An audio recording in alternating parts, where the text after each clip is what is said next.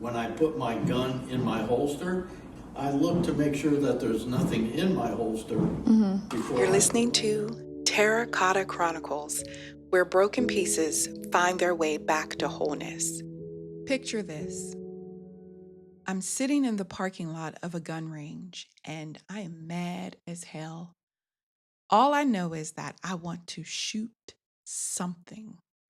So I'm in my car and I'm trying my hardest to get a pleasant look on my face and present sanity before I enter the building so nobody is suspicious of me. I did not want to hurt anybody. Understand that. But there was so much rage inside of me that day that I needed it to go somewhere. I'd been deceived. I'd been humiliated. But underneath my anger toward him, I was furious with myself because I had seen the signs. I had felt the truth. And I repeatedly talked myself out of what I already knew. How did I get here again? The signs were there all along. The missing pills, the night on the ship alone with the ocean and the moon, and my intuition, my higher self guiding and telling me this is over. The untouched marriage bed, my inability to sleep, the feeling in my body that something was wrong, my request for marriage counseling shot down every time, his insistence that we were fine.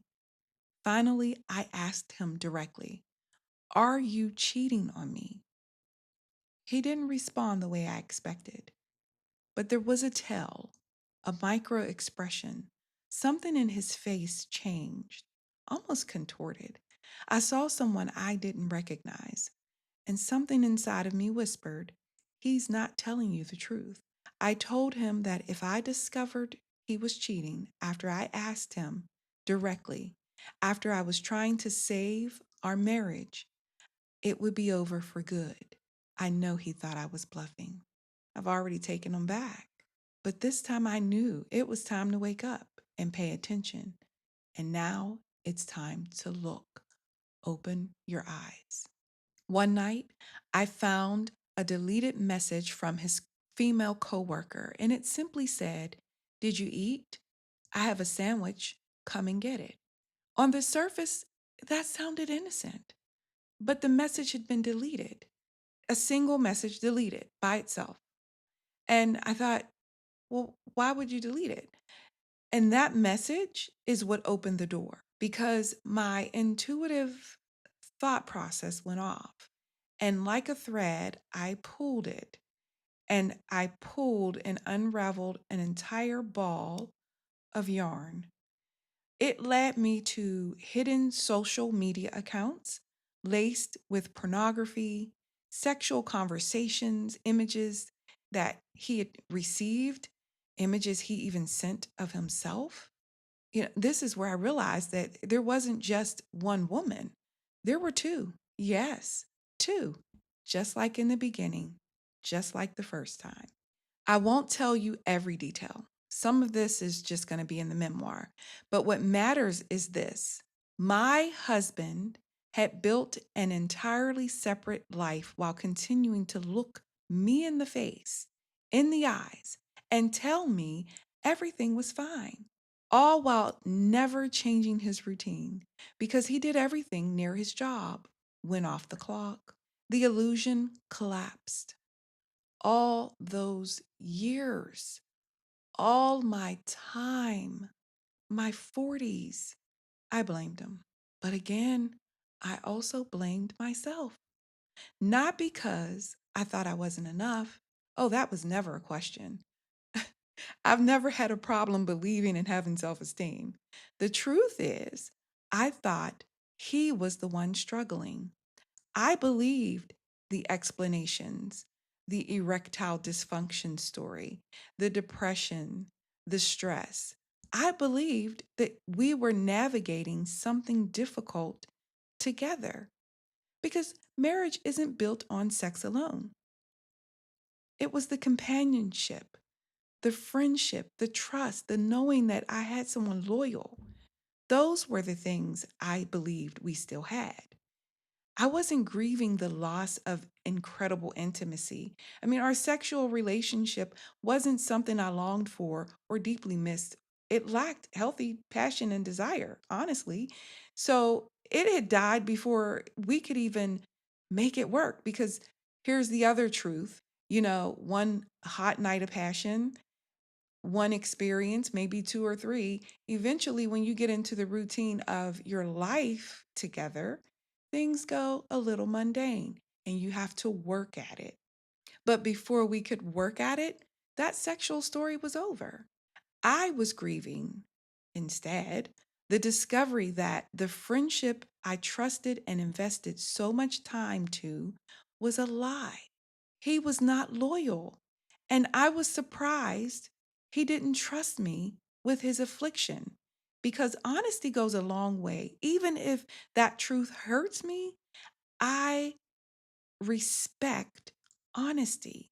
When I am loyal, I am loyal. 6 years of my life, while he was living a lie, I was living honestly all that time. And the harder truth is that I gave it to him. I gave this time away to him year after year, not because I was weak or lacked confidence or didn't know something was wrong, but because every time my spirit whispered, I negotiated with it.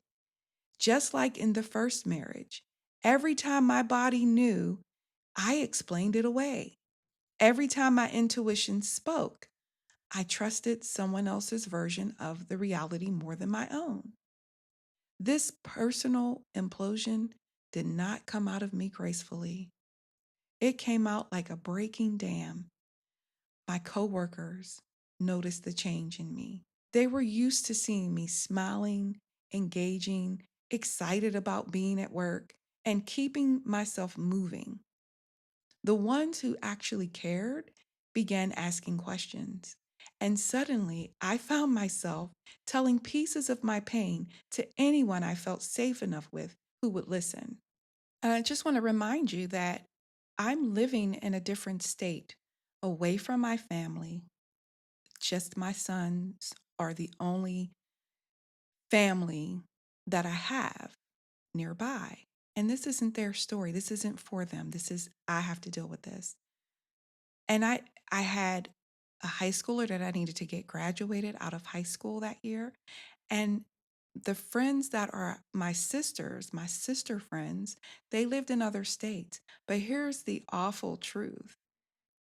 I had hidden the truth about what was happening in this marriage, all in the name of keeping my marriage details closed to us and protecting his image with my family. I played right into his hand. I covered him from being seen as the one who actually was unhealthy in the relationship. Because when you share with your family, they tend to start prodding at your situation because they know a little something. And then things start to unravel that you don't really need to have happen. So I called myself protecting my house. So by the time this is going on, nobody really believes me because we just had a party. We just had a party where he was crying about how much he loved me. It was insane, the level of deception that this man could hold. He was pretending that he loved me so much, and anyone in my family, they thought that maybe something was going on with me because he was just that good at presenting this devotion, this loyal husband persona. And listen, once that dam broke, huh, I couldn't contain what came pouring out. I overshared. I exposed him. I'm not proud of that. That's not natural for me. I spent all that time protecting, and now I'm angry, and it just fell out. Everything. And afterward, I felt embarrassed, not because what I said was untrue, but because I had lost control of how the truth was leaving my body. And that's how I ended up sitting in the parking lot of a gun range. I needed somewhere for this anger to go. But even there, I knew I didn't actually want violence. I just wanted to release. I wanted the pressure inside me to break. I found a counselor and did talk therapy. It gave me a safe and appropriate place to grieve and my coworkers a break. Therapy became part of my healing, but it wasn't the complete answer because something much deeper was already happening. This entire upheaval had begun with that simple prayer. I had asked to know God, not religion, not tradition, God. And after I asked, everything began to change. I found out that the person that I thought was my father wasn't my father. My spiritual gifts that were once dormant, they started returning. The vivid dreams came back, the visions that I started having during the day. I would know things about people before they even told me. Sometimes I would feel things that I couldn't explain. This was all happening simultaneously to this upset and pain that I was feeling and dealing with. I was becoming aware of a metaphysical spiritual world that I had spent most all of my life believing was dangerous and even demonic. Everything I thought I understood was unraveling, and I needed someone to tell me I wasn't losing my mind. I needed assurance that I was going to be okay. One thing I knew for certain, I wasn't going back to religion. Not because I had stopped believing in God, quite the opposite. I learned enough about God to realize what I was taught was to reverence and worship wasn't God. God is so much bigger than the structures that I had always known. I had confused religion with God. God is the one true source. I trusted systems while doubting myself, and I couldn't unknow what I had begun to see. Then this part. I have to share it with caution because I don't want it to be misunderstood. This isn't really about romance, it's about transformation. This person played such an important role in my life.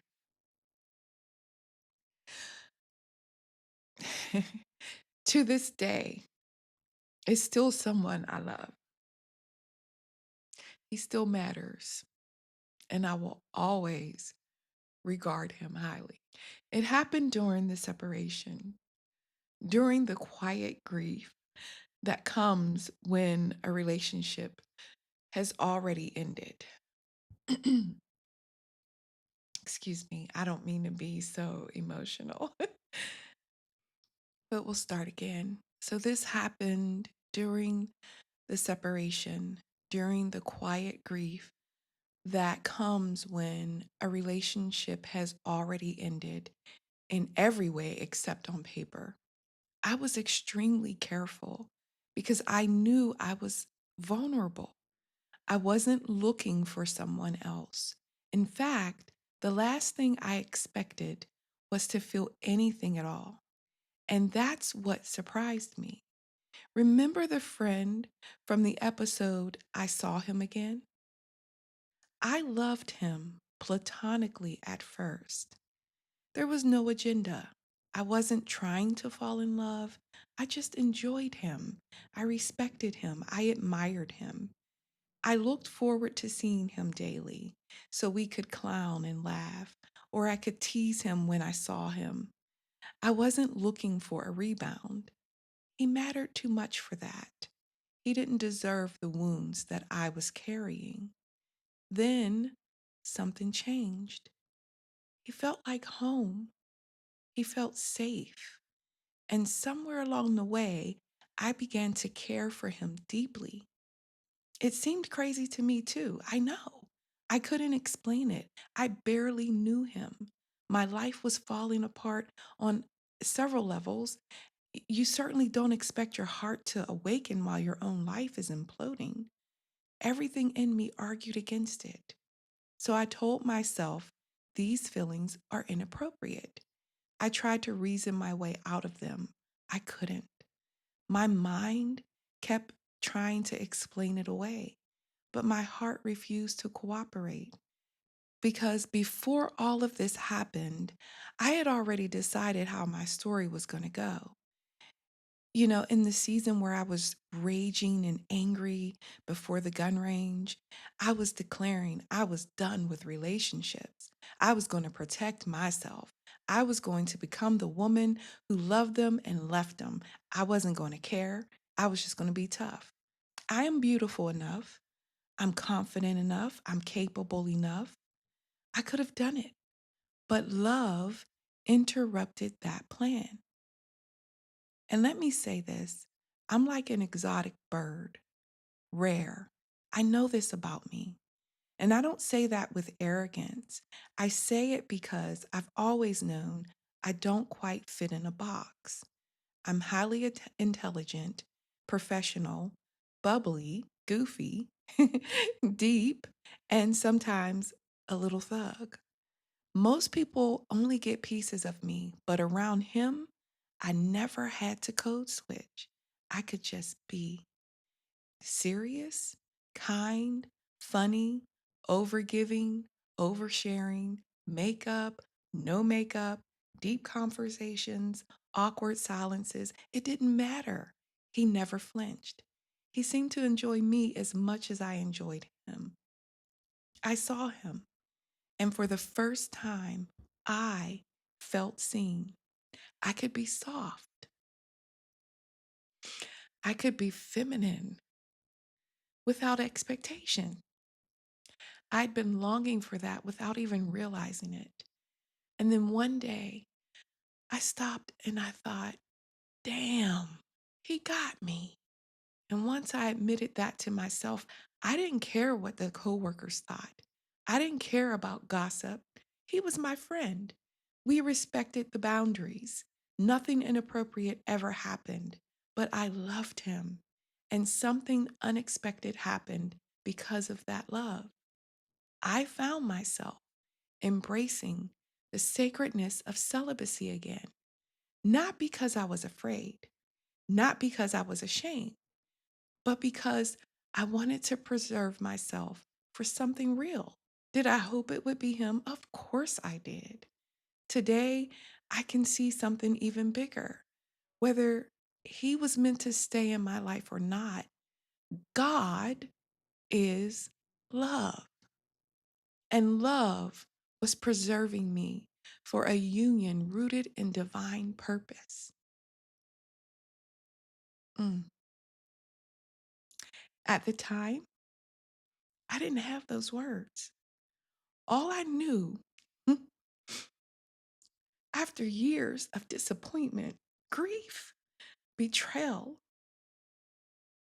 someone's quiet presence showed me my heart was still capable, and that terrified me. I remember saying, God, if these feelings are meant to be, please, if they're not for me, take it away.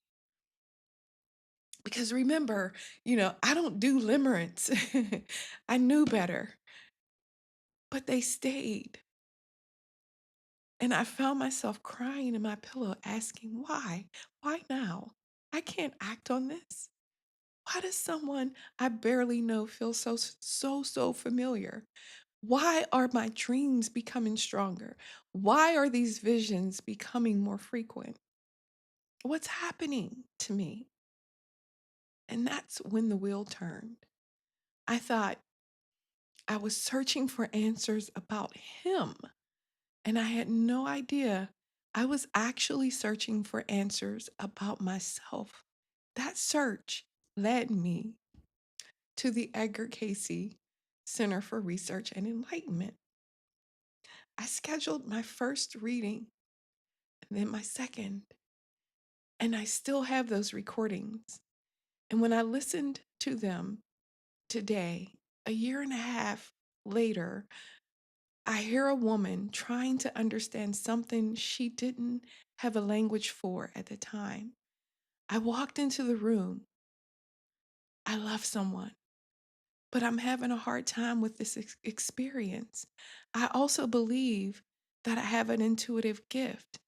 And there are things that I hear, see, dream, and it confuses me. And that day, after I shared those things and I got my reading, that was the day everything changed. That was where illumination began. The second awakening had finally taken root. That was where I stopped asking everyone else who I was. That was where I met myself. I thought I had walked into that building searching for an explanation about love, but instead, I unknowingly had taken my first step toward myself. And that journey would eventually lead me somewhere I never could have imagined, Egypt. But that's a story for season 2. Before I go, thank you for walking this journey with me. This isn't goodbye, it's simply the end of this chapter. I'm taking a short pause to write, to heal, and to live because the next season deserves to be lived before it can be told. If Teracota Chronicles has resonated with you, I hope you'll subscribe or follow wherever you're listening. That way, you'll be the first to know when season 2 begins. Until then, take care of your heart, trust your own becoming, and remember, sometimes the end of one story is simply the beginning of the one you were always meant to tell. I'm Terracotta Jones. I'll see you in season 2. You've been listening to Terracotta Chronicles. And if something in my story resonated with you, if it mirrored your life, your questions, or your own awakening, I hope it reminds you you are not alone. I'm not here to perform or present a polished version of myself. What I'm offering is honesty. And if you choose to stay with me, this story is still unfolding. I'll return with the next part. Be open, be well, and be at peace until we meet again.